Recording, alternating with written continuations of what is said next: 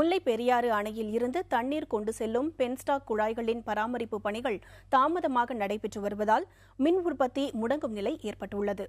குமிழி மலை அடிவாரத்தில் அமைக்கப்பட்டுள்ள பெரியார் நீர் மின் உற்பத்தி நிலையத்தில் முல்லை பெரியாறு அணை நீரை பயன்படுத்தி மின் உற்பத்தி நடைபெற்று வருகிறது.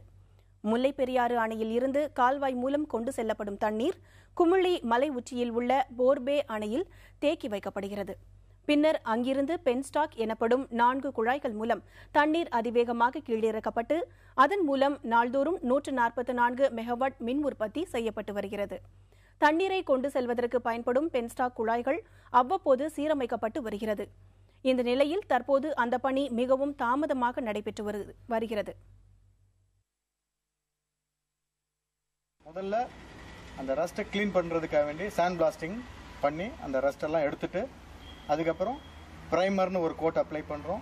அதுக்கப்புறம் எம்ஐஓன்னு செகண்ட் கோட் அப்ளை பண்ணுறோம். மூணாவதாக ரப்பர் டாப் அப்படின்ட்டு அது ஒரு தேர்ட் கோட். இது மூணும் பண்ணுறதால இதில் மேற்கொண்டு துருப்பிடிப்பது பல காலமாகும். இதனுடைய ஆயுசு நீட்டிக்கப்படும். முழு வீச்சில் வேலை நடக்குது.